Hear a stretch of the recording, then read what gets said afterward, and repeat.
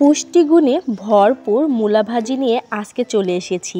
এটা এতটাই মজাদার যে আমি যেভাবে বানিয়ে দেখাবো, দেখার পর কেউ বুঝতেই পারবে না আসলে এটা কোন ভাজি।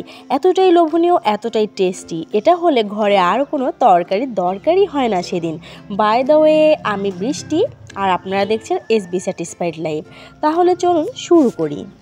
ছোট্ট ভিডিওটা একদমই স্কিপ করবেন না। স্কিপ করে দেখলে কিন্তু অনেক টিপস আর গুরুত্বপূর্ণ জিনিস মিস করে ফেলবেন, তাই কন্টিনিউ ভিডিওটা দেখতে থাকুন। আর সবার কাছে ছোট্ট একটা রিকোয়েস্ট, যারা আমার চ্যানেলে নতুন ভিজিট করেছেন প্লিজ চ্যানেলটা সাবস্ক্রাইব করে দিবেন, বেল বাটনটা অন করে রাখবেন, এতে নতুন রেসিপি আপলোড দিলে সাথে সাথে পেয়ে যাবেন। মূলাটা আমি সুন্দর করে কেটে নিব। মূলা কাটার সময় একটা জিনিস ভালোভাবে মনে রাখবেন, মূলাটা যত বেশি ছোট ছোট করে আর যত চিকন করে কাটবেন ভাজিটা তত সুস্বাদু হবে। আর মজার ব্যাপার হলো এভাবে কাটলে মূলার কোনো গন্ধও থাকবে না।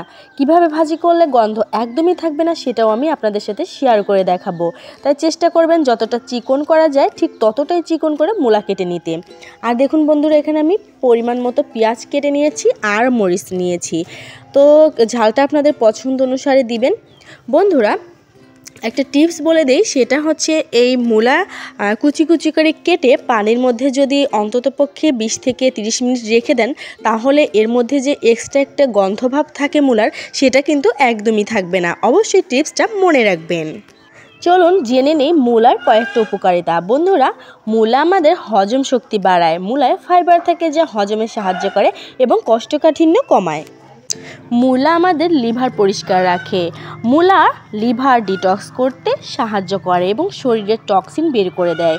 রক্তচাপ নিয়ন্ত্রণে সহায়ক। এতে থাকে পটাশিয়াম যা রক্তচাপ স্বাভাবিক রাখতে সাহায্য করে। ওজন কমাতে সাহায্য করে। ক্যালোরি কম কিন্তু ফাইবার বেশি, তাই পেট ভরা থাকে, ওজন বাড়ে না। স্কিন ভালো রাখে।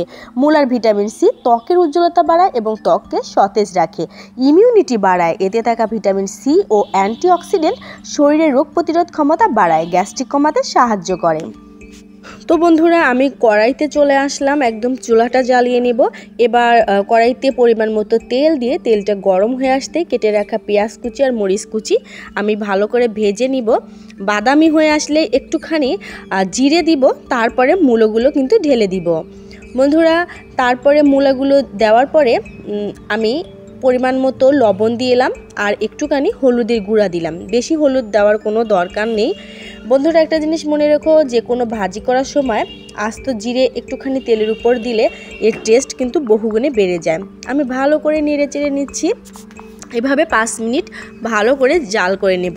এক্সট্রা করে কোনো পানি দেওয়ার দরকার নাই। দেখো মূলা থেকেই একটু একটু পানি উঠে আসছে আর সেটা দিয়েই কিন্তু ভালো করে ভাজি করা হয়ে যাবে। আবার ফিরে আসছি 5 মিনিট পরে। দেখো বন্ধুরা, 5 মিনিট পরে আবার এর কালারটা কেমন হয়ে যাচ্ছে, কতটা সুন্দর লাগছে। মূলা ভাজি করতে কিন্তু বেশি সময়ই লাগে না, একদম ঝটপট করে ভাজি করে ফেলা যায়। দেখো পানি কিন্তু শুকিয়ে ফেলেছি আমি জাল করে করে। প্রায় কিন্তু মূলা ভাজিটা হয়ে গেছে বন্ধুরা। দেখো ফাইনালি ভাজিটা কত সুন্দর লাগছে। রং, গন্ধ আর টেক্সচার সব মিলে একদম ইয়াম্মি।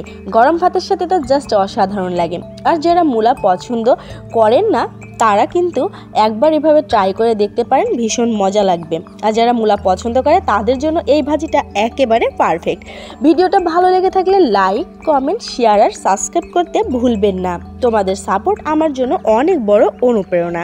আজকের মতো এখানেই বিদায় নিচ্ছি। দেখা হবে পরবর্তী কোনো ভিডিওতে। সে পর্যন্ত সবাই ভালো থেকো, সুস্থ থেকো। আল্লাহ হাফেজ।